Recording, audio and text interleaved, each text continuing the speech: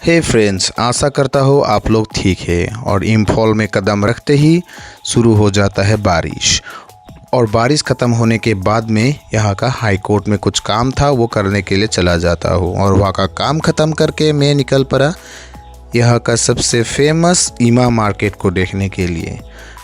ईमा मार्केट में आके मुझे दिखाई देता है कि यहाँ पर सिर्फ औरतें ही काम कर रहे हैं।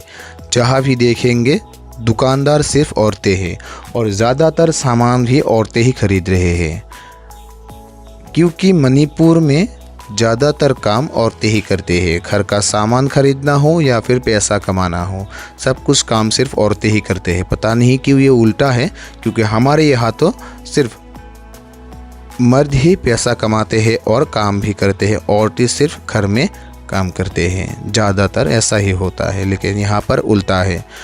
मर्दों को घर में रख दिया जाता है घर का काम करने के लिए, और औरतें बाहर पैसा कमाने के लिए निकल जाते हैं।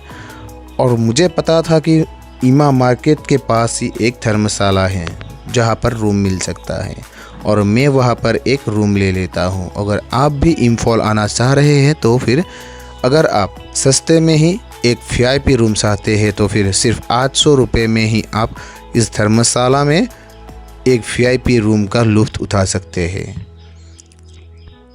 और मेरे यहाँ आने के 2 दिन बाद ही था हनुमान जयंती, और धर्मशाला में हनुमान जयंती ज़ोरों शोरों से मनाया जा रहा था, जहाँ पर एक सिंगर भी आया था और यहाँ का SP को भी यहाँ पर बुलाया गया था।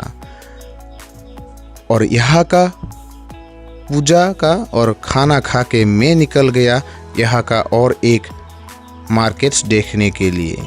वैसे तो यहाँ पर बहुत सारा मार्केट्स हैं जो इसे आप देख सकते हैं, लेकिन ईमा मार्केट ही इतना बड़ा है कि उसको आप एक दिन में पूरा कवर नहीं कर सकते हैं। और यहाँ पर म्यांमार और थाईलैंड से भी बहुत सारा सामान आता है जो बहुत ही सस्ते दामों में मिलता है। जहाँ से कुछ सामान को खरीद कर मैं निकल पड़ा फिर से गुवाहाटी की तरफ, क्योंकि मुझे अगले दिन ही गुवाहाटी पहुँचना था।